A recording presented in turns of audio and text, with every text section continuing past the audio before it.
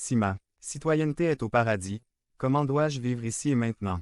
Devenez membre de la chaîne et AIDEZNOUS à propager la parole de Dieu dans le monde entier. Dimanche 17 mars 2024. P6. Pourquoi l'enfer existe-t-il? Résumé. Message 2 sur 4. Ces messages sont destinés à répondre à certaines des questions les plus courantes que les gens se posent à propos du paradis et de l'enfer. Par Ruben Castro. Pourquoi l'enfer existe-t-il? 2 Corinthiens 4. 16 à 5. 10. La Bible nous dit que tout ce que nous voyons est temporaire. Les choses matérielles et physiques que nous voyons aujourd'hui disparaîtront un jour à jamais, y compris, bien sûr, notre corps. La Bible appelle notre corps tendre pour souligner qu'il est temporaire. Mais ce sont les choses que nous ne voyons pas qui perdureront au-delà du temps, ainsi que les anges, le Saint-Esprit, le ciel et l'enfer. Les réalités éternelles sont celles que nous ne pouvons pas voir. La Bible nous assure que ce sont ces choses qui dureront éternellement. Dans 2 Corinthiens 4, 16 à 5, 10, KJV. Paul nous éclaire sur ce sujet et nous dit nous ne nous décourageons pas. Mais bien que notre homme extérieur dépérisse, l'homme intérieur se renouvelle néanmoins de jour en jour.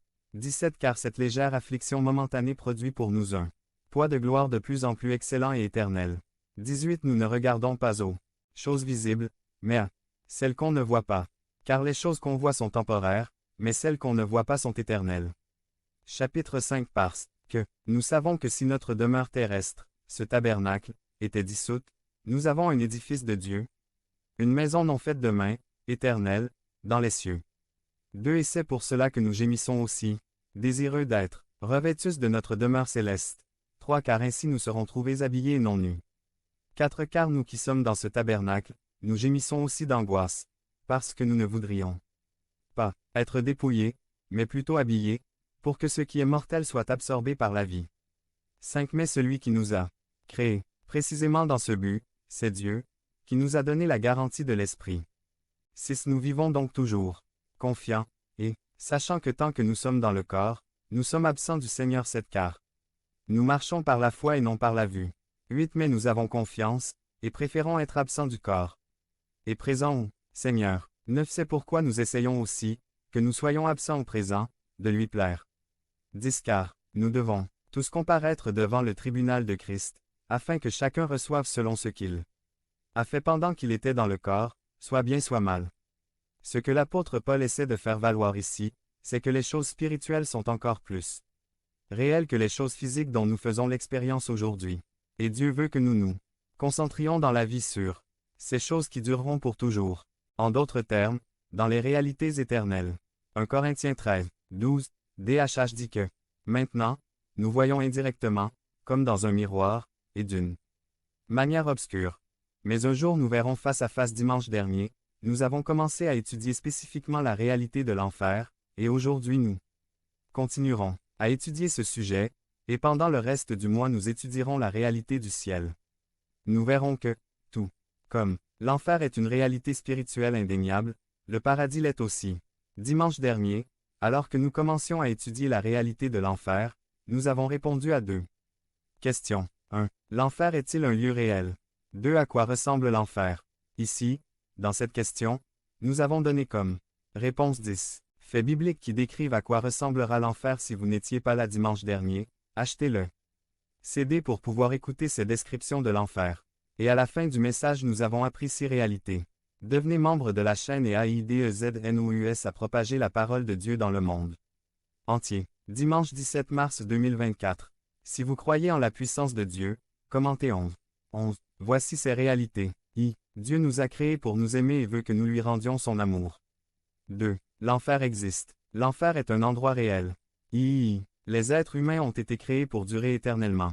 4. Dieu a préparé 2 véritables destinations, le paradis et l'enfer. Vous choisissez où vous passerez l'éternité.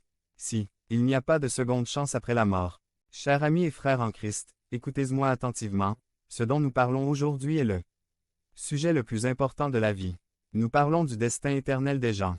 Est possible que usualmente se duerma durante mi mensajes, pero en esta ocasión no es el tiempo para dormir porque es el destino eterno de su familiar, amigos, compañeros de trabajo, su vecinos, y quizás su propio destino eterno el que está en jeu.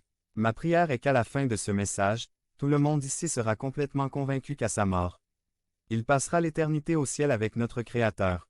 Il n'y a aucune raison, il n'y a aucune excuse pour que vous quitter cet endroit cet après-midi sans avoir résolu cette question de votre destinée éternelle. Je vous demande donc d'écouter très attentivement comme si votre vie en dépendait. Aujourd'hui, en m'appuyant sur la Bible, je veux continuer à répondre à certaines questions que les gens se posent habituellement concernant l'enfer, et la première question est: pourquoi l'enfer existe-t-il? Pourquoi l'enfer existe-t-il? Il y a deux raisons fondamentales pour lesquelles l'enfer existe. La première est que le péché et le mal existent. Certaines personnes dont de nombreux psychologues et professeurs d'université disent que les êtres humains sont naturellement bons. Ils veulent dire par là que les gens cherchent toujours à faire du bien aux autres, qu'ils ne sont pas égoïstes, qu'ils sont prévenants envers les autres, qu'ils pensent au bien-être de leurs voisins. Je me demande s'ils n'ont jamais vu les informations à la télévision. N'ont-ils jamais entendu les nouvelles à la radio? N'ont-ils jamais lu le journal? Le monde dans lequel nous vivons est plongé dans le mal.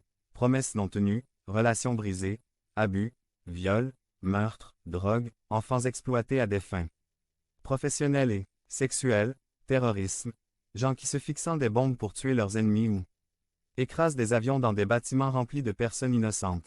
Illustration. Un vendredi, dans les informations, il a été révélé qu'un jeune homme qui a aujourd'hui 18 ans vient d'être condamné à la prison à vie, mais alors qu'il n'avait que 14 ans, il a assassiné de sang-froid un de ses amis avec plus de 40 coups de couteau du même âge dans les toilettes de leur école, et il avait également une liste de personnes qu'il avait l'intention de tuer plus tard et sa propre sœur était là.